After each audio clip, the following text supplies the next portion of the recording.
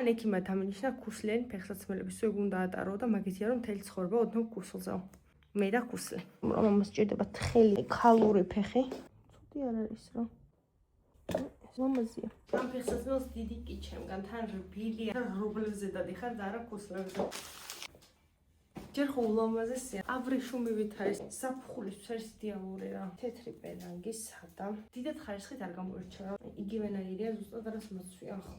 მე როგორ მიყვარს შარვალი გიშთები. შარფის სტილის ორმაგია. ეს მეგონი თავზეც შეიძლება რომ გაიკეთოს ადამიანო. რაღაცნაირად მოკლდა.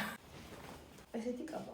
აი ეს კაბა მექნება იდეალური ზუსტად ჩემი ზომა. ეს რა უბედურება. აი საინც მოყვება და კამერის ლინზის გასასუფთავებლად ამას უბერავ. როცა არ დარჩეს ეს ბოჭკოები და რაღაცეები. თეთრი წინდების კოლექცია მოქვს. როგორც ალბათ ყველას ორი წყვილი. საოცრად კომფორტულია. კიდევ ერთი მქონია. ვაიმე ეს ძალიან ლამაზია. დაახლოებით. ვაიმე კაბა. ქალთევზასავით რომ გამოიყურებოდეს ადამიანის ზღვაზე. აუ ეს რა ლამაზია. უბრალო სადა ნაზიზეტა. ижамо. ვერ ვხვდები. არწმუნებულა რომ მე არ გამომიწერია და ფეხსაცმელების შესანახი ბადე. მეორე მსოფლიო ომის დროინდელ ფილმებში რო ქალებს უკეთიათ ხოლმე.